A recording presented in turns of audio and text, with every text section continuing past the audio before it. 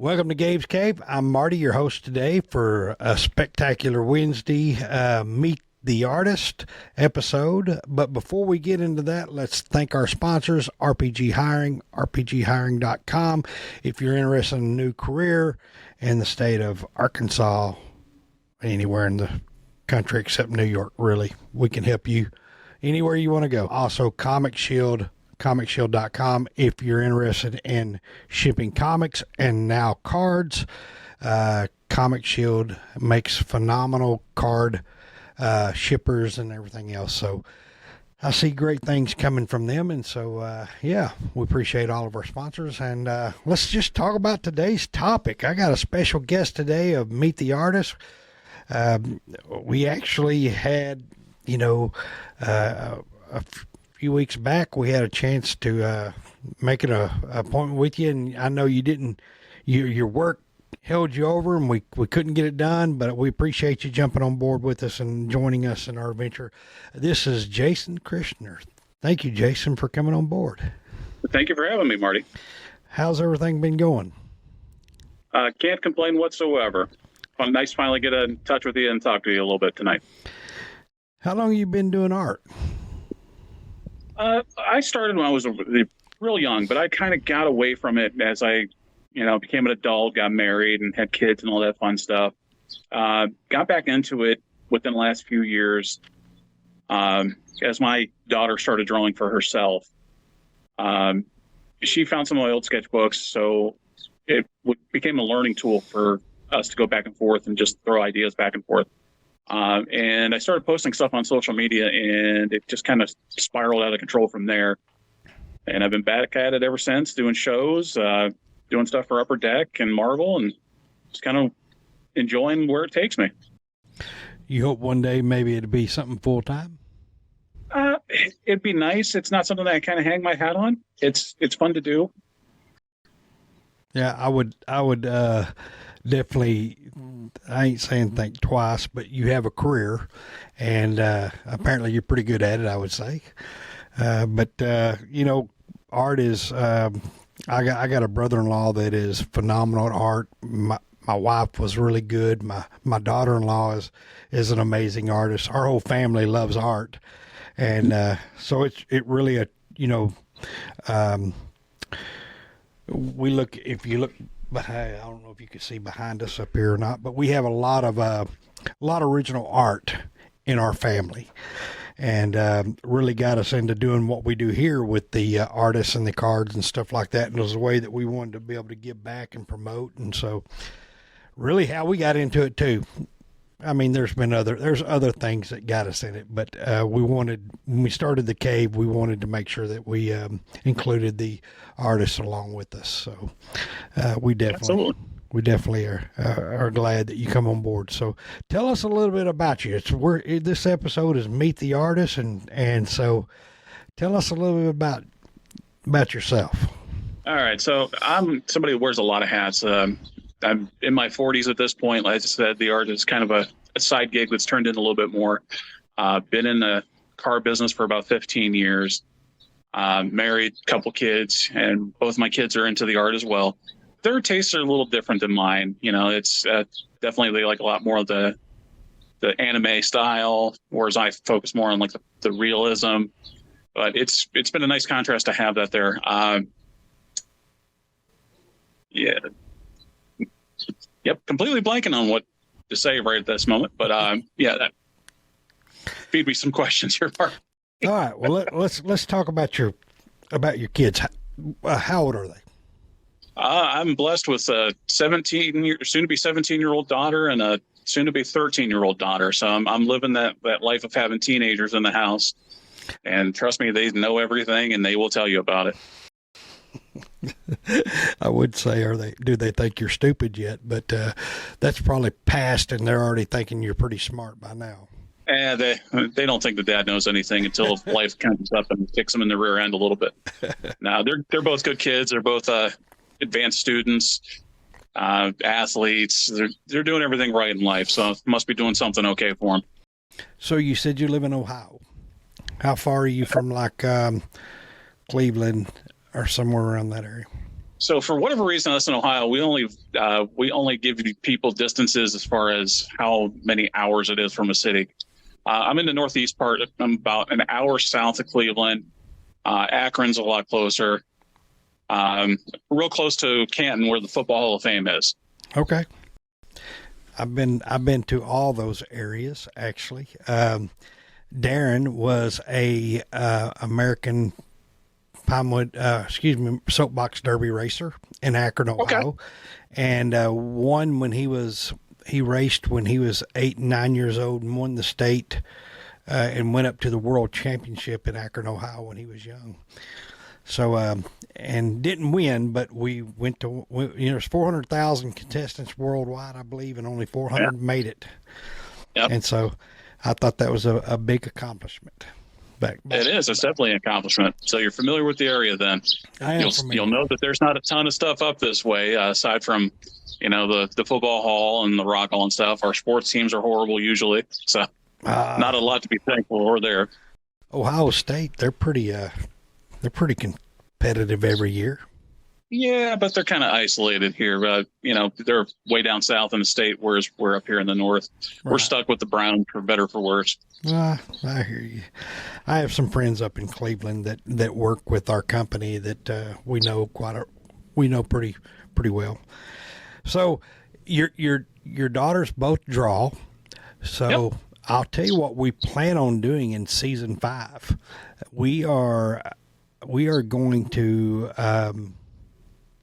Allison, which is Darren's wife. She kind of runs she's the card talent agent, I guess you would say. Mm-hmm. She is putting together something. She had told me something because we know a few of the artist kids that want to participate, so we're thinking about having an episode where we spotlight some of the artist kids with some of their work. Fantastic. So there's a possibility that we may send you more cards where your kids can maybe do some cards that we give away. She would love that. Her taste for her art is a little different. She tends to skew strangely towards like Godzilla, giant monsters, Five Nights at Freddy's, that type of stuff. She loves that stuff. Definitely has her own style already kicking in, so that's a good thing for her. Well, anime is huge. Godzilla is huge in our town, even though we live so far away from the oceans and stuff like that. But anyway, we have a lot of Godzilla people, and we also have a lot of anime people in our hometown. So it's cool. So you got in art. You've been in art when you were young, got out of it, and got back into it. What got you back into it? Your daughters? Yeah, one of my kids my oldest daughter found one of my sketchbooks, and because she wanted paper to draw on, and she was flipping through it, she found something that I drew of a Green Lantern sketch from when I was probably 14, 15 years old. So it was 1994 or 1995. And she brought it upstairs asking me as to who drew it.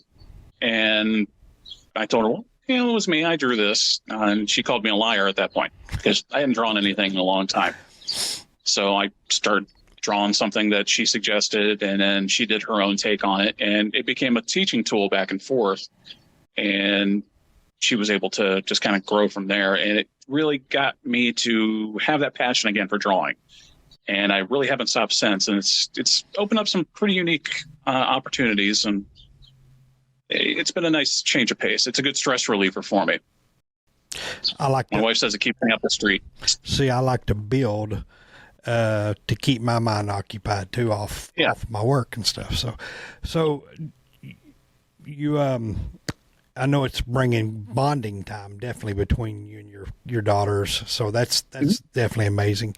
So you said it opened up to more opportunities. So you're doing card sets now, right?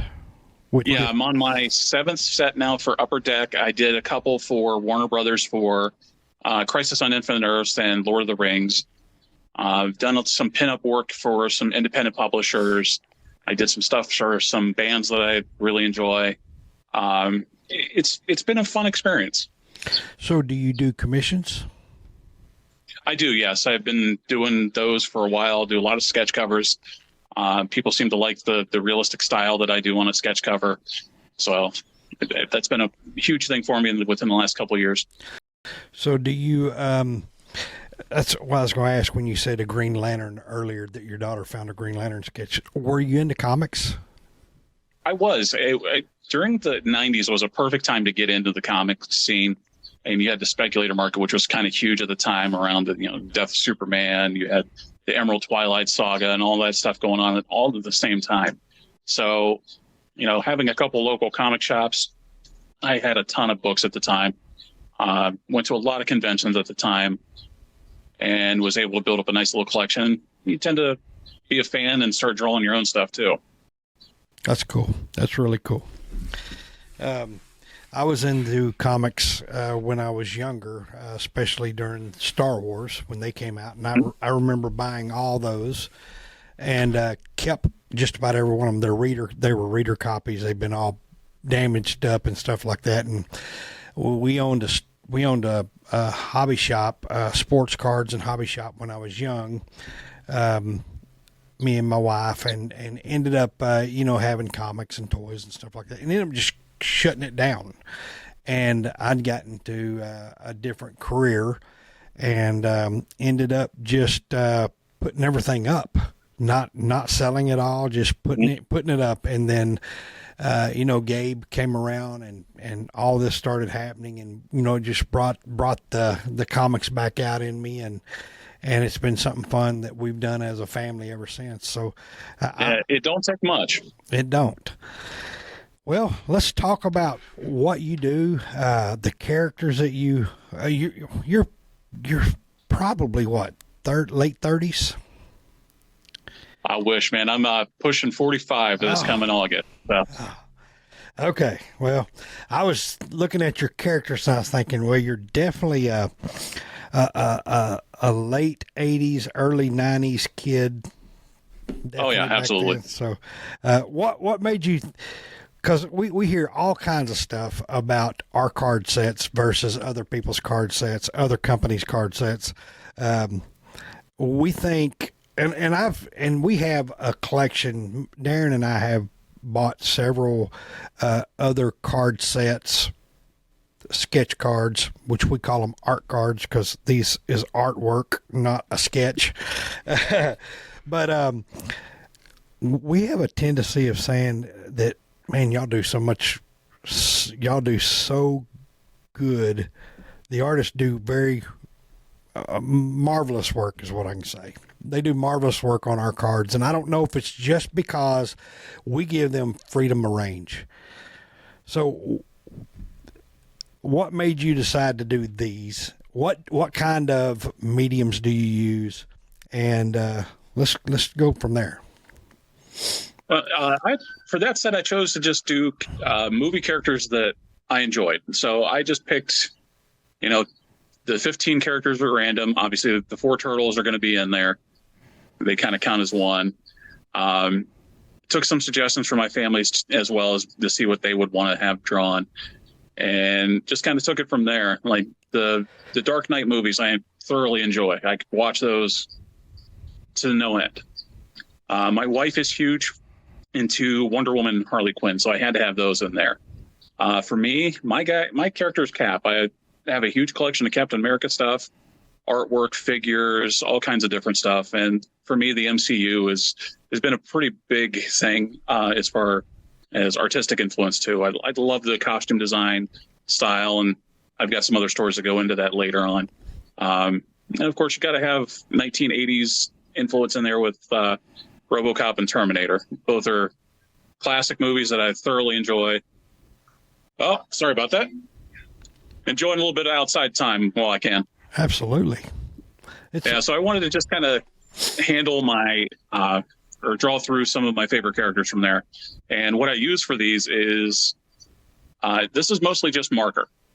A little bit of color pencil for things like the highlights. That's about it. It's mostly marker.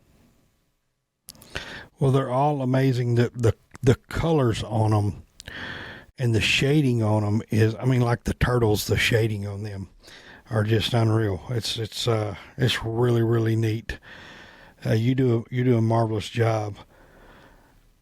I appreciate that. Yeah, I try to hit that influence of realism with a little bit of still have a little bit of comic style to them. And I am not sure what's going on down the road here, but something serious going on. Well, hopefully they're not stopping here, so that's okay.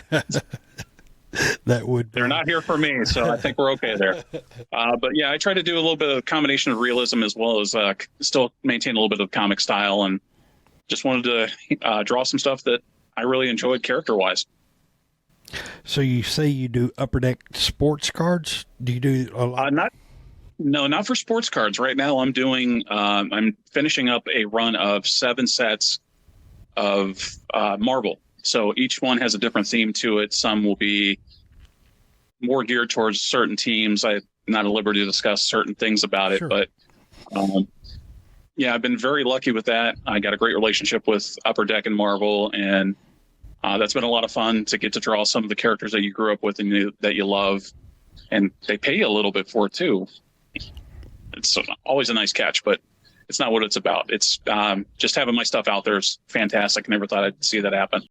I was going to say how amazing. You hear people, musicians say the first time they hear their song on the radio. How did it make you feel when the first time you seen somebody pull one of your cards out of a pack of Marvel or Topps or Upper Deck? The first stuff that I had out there was for Lord of the Rings and Crisis on Infinite Earths.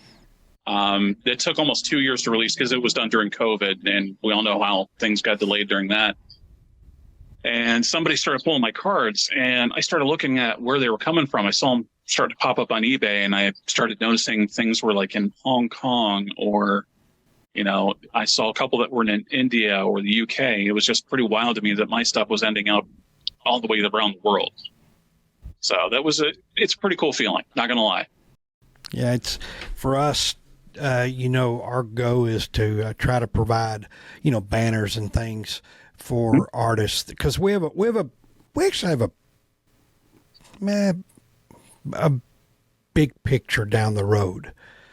Hopefully that we can help artists even more, but it takes an army to win a war. So, our goal is to get Gabe's Cape out there more and more and more.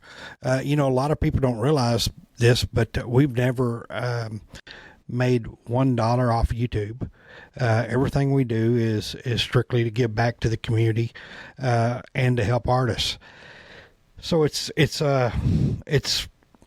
wild, but we're hoping one day to be able to help artists even more, and by like you've been doing several shows.